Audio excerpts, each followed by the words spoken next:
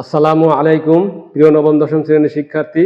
আমি আজ তোমাদের সাধারণ গণিত এর 11 অধ্যায়ের 11.2 অনুশীলনী এর 14, 15 ও 16 নম্বর অঙ্ক সমাধান করে দেখাবো। দেখো 14 নম্বর দেওয়া আছে, দুটি সংখ্যার অনুপাত দেওয়া আছে এবং গসাগু দেওয়া আছে, তাহলে সংখ্যা দুটি নির্ণয় করো। 14 নম্বর সমাধান দেওয়া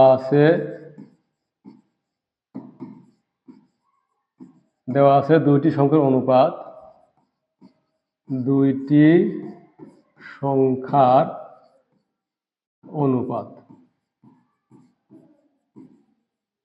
ইকুয়াল টু 5:7 এবং লসাগু দেওয়া আছে এবং গসাগু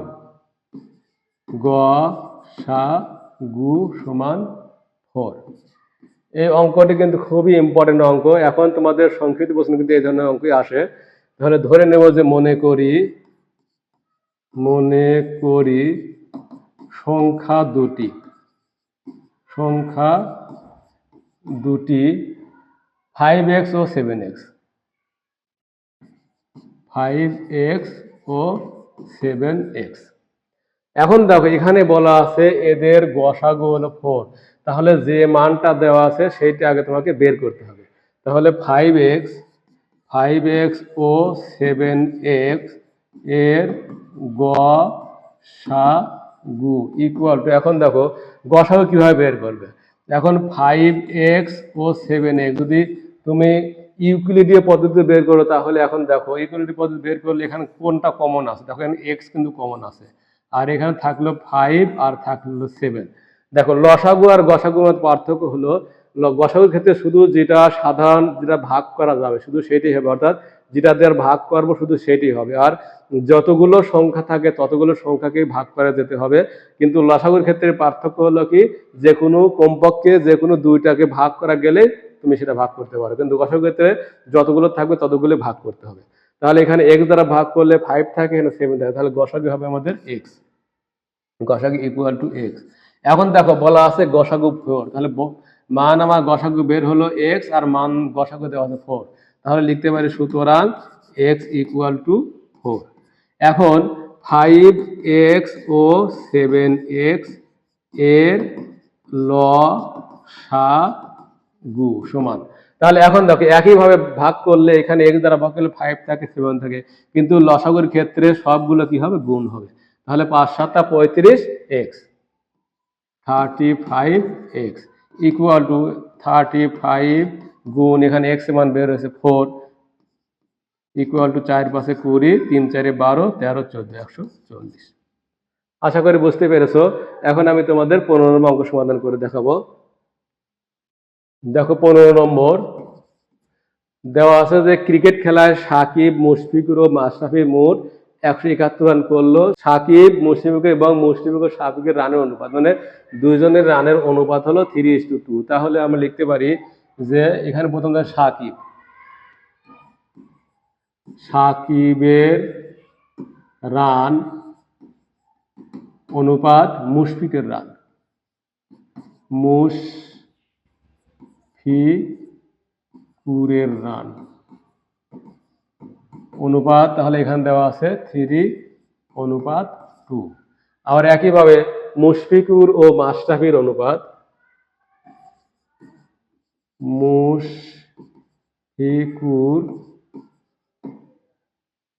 মুশফিকুরের রান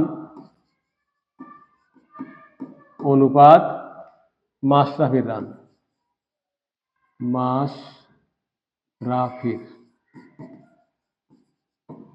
রান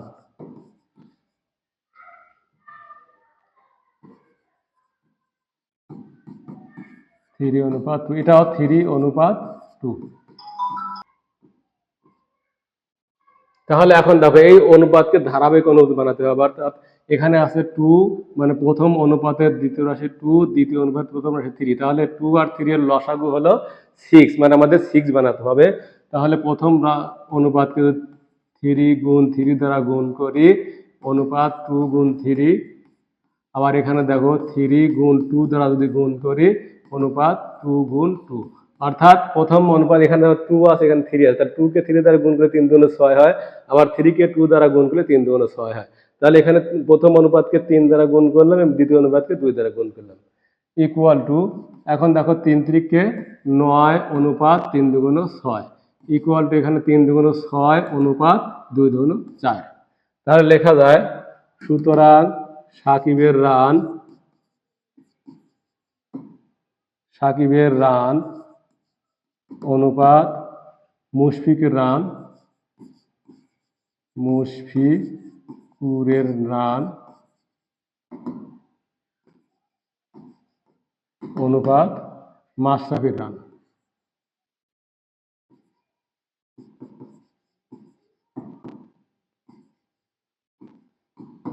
সমান 9:6:4। তাহলে মনে করি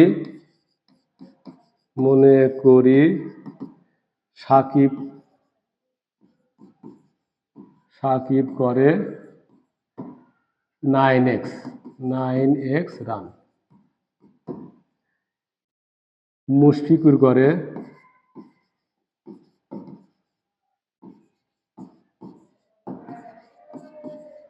সমান 6x রান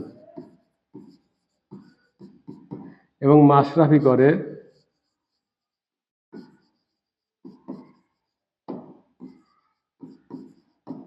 করে হলো 4x রান। এখন মোট রান দেওয়া আছে কত? 171। তাহলে প্রশ্ন মতে 9x plus 6x plus 4x equal to 171। This implies 9 6 15 16 17 18 19, তাহলে 19x equal to 171। This implies x equal to 171 divide by 19, তাহলে 171 19 দ্বারা ভাগ করলে 9 হয়, সুতরাং x ইকুয়াল টু 9। তাহলে এখন বলেছে যে অনুপাত কার রান কত রান, তাহলে এখানে কার রান ধরেছি আমরা, সাকিবের রান 9x, তাহলে সাকিব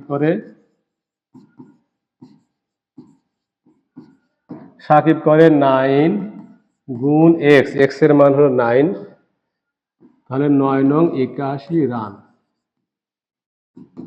তারপরে মুশফিকুর করে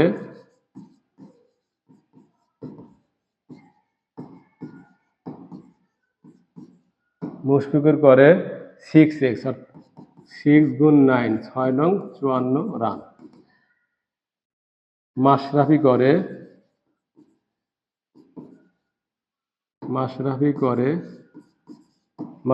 ধরেছিলাম হলো 4x, 4 গুণ 9 4 নং 36 রান। আশা করি সহজে বুঝতে পেরেছো। এখন আমি তোমাদের 15 নম্বর অঙ্ক সমাধান করে দেখাবো। দেখো 16 নম্বর বলছে, একটি অফিসে 2 জন কর্মকর্তা, 7 জন অফিস সহকারী, 3 জন অফিস সহায়ক আছে।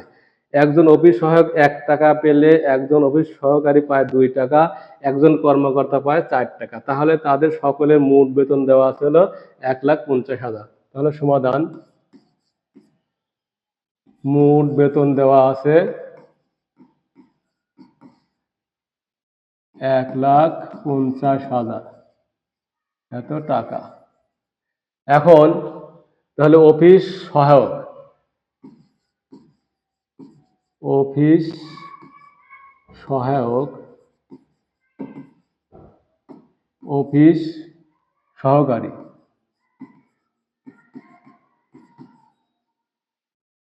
সহকারী ও অফিস কর্মকর্তার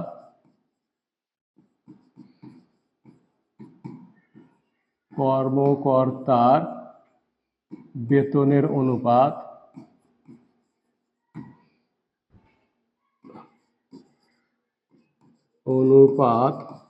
এখন দেখো, অফিস সহায়ক যদি 1 টাকা পায় তাহলে অনুপাত হলো 1:2, অফিস সহকারী পায় 2 টাকা তাহলে 2:, কর্মকর্তা পায় 4 টাকা। অর্থাৎ এখানে অনুপাত বলতে কিন্তু এখানে 1 টাকা 2 টাকা 4 টাকা বোঝায় নাই, এখানে বুঝিয়েছে যদি একজন অফিস সহকারী 1 টাকা পায়, সহায়ক 1 টাকা পায়, সহকারী পায় 2 টাকা, অফিস সহায়ক যদি 100 টাকা পায় তাহলে সহকারী পাবে 200 টাকা। অফিস সহকারী যদি 5000 টাকা পায় অফিস সহকারী পাবে হলো 10,000 টাকা। এরকম অনুপাত হারে বাড়বে। তাহলে ধরে নেই যে মনে করি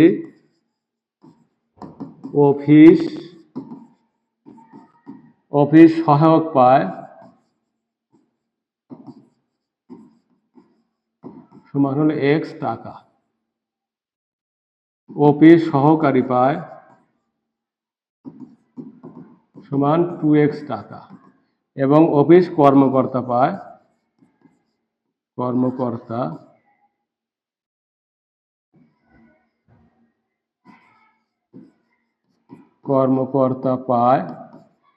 সমান 4x টাকা। এখন তাদের মোট বেতন দেওয়া আছে হলো 1,50,000। তাহলে প্রশ্ন মতে এখন দেখো একজন অফিসে 2জন কর্মকর্তা আছে 2জন, 7জন আছে অফিস সহকারী এবং 3জন আছে হলো অফিস সহায়ক। তাহলে প্রশ্ন মতে অফিস সহায়ক আছে 3জন আর অফিস সহায়ক হচ্ছে x টাকা। তাহলে x গুণ 3 প্লাস এখানে অফিস সহকারী ধরেছে 2x টাকা আর অফিস সহকারী আছে হলো 7জন। তাহলে 2x গুণ 7 প্লাস এখানে কর্মকর্তা ধরেছি 4x আর কর্মকর্তা আছে 2জন। তাহলে 4x গুণ 2 ইকুয়াল টু 1,50,000। দিস ইমপ্লাইজ এখন এখানে গুণ করলে 3x প্লাস 7 গুণ 14x প্লাস 4 গুণ 8x equal to 1,50,000। This implies 8 25x equal to 1,50,000। x equal to 1,50,000 divided by 25।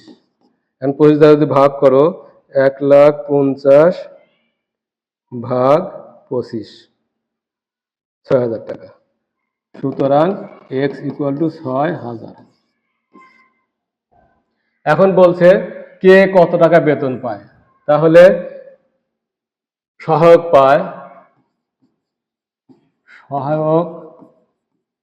পায় এখানে x ধরেছি তাহলে 6,000 টাকা, 6,000 টাকা। সহকারী পায় সমান সহকারী 2x ধরা হয়েছে তাহলে 2 গুণ 6,000 টাকা সমান 12,000 টাকা। কর্মকর্তা পায় সমান ধরা হয়েছে 4x। তাহলে 4 গুণ 6,000 ইকুয়াল টু 4,24,000 টাকা। আশা করি বুঝতে পেরেছো। আমার পরবর্তী পাঠ দেখার আমন্ত্রণ জানিয়ে এখানে শেষ করছি। আসসালামু আলাইকুম।